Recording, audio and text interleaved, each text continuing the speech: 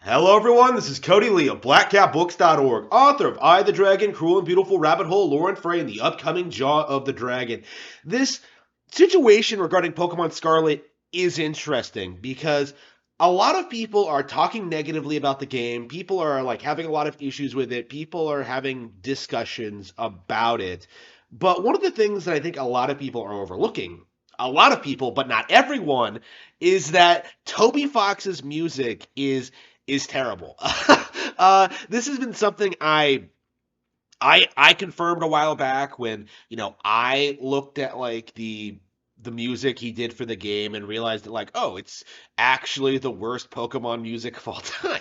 I noticed that. I talked about it. I addressed it, and there were a lot of people agreeing with me. There were a lot of discussions about this on 4chan and other platforms. And I think this has kind of led to a situation in which Toby Fox, we are beginning to see a backlash to like the hoax that is Toby Fox's career, right? This narrative that this is some hyper successful like indie savant, right? One of the best musicians in the gaming industry.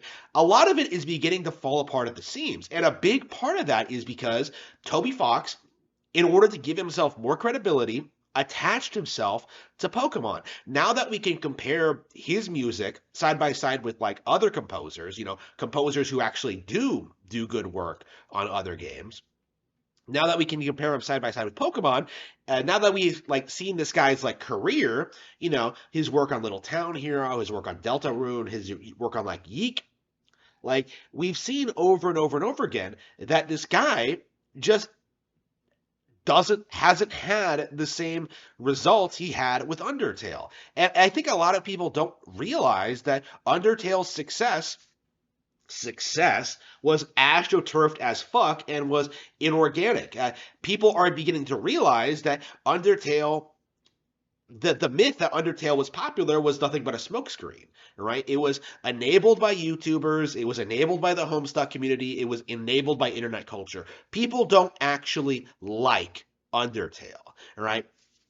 That's kind of the reality we're in now, where people are beginning to realize that Toby Fox's rise to prominence was not organic. It was not real. It was forced by a bunch of people pushing an agenda for their own gain. And that is starting to become apparent, I think.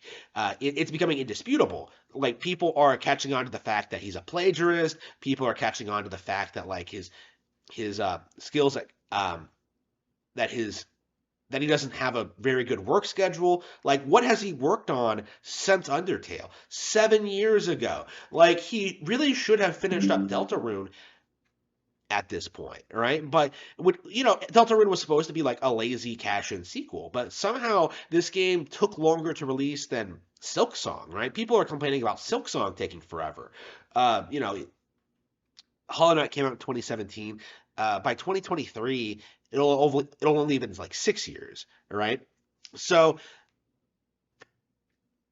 it's it feels like more and more people are waking up to the fact that Fox just isn't anything notable, right? When you compare him to like the Cave Story developer, who made an entire organic, like original IP all on his own, he falls flat. Like Cave Story is significantly older than Undertale, yet looks and plays better.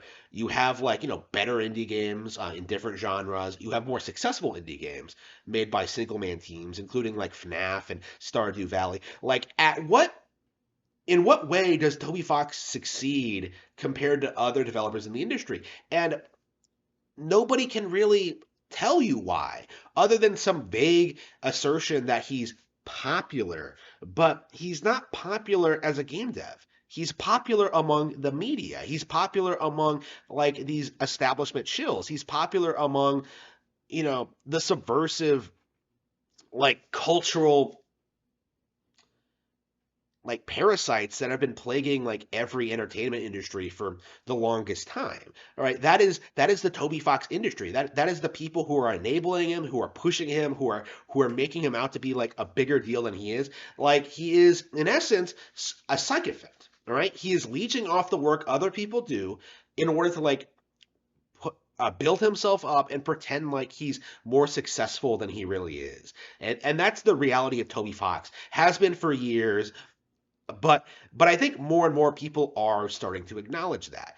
And a big reason for that is because of his work on Pokemon. In a lot of ways, Pokemon was too much for Toby Fox to handle. Like he thought that working on like the biggest media property in the world would give him credibility, but all that's happened is that more people are becoming aware that there is something up with this guy's career.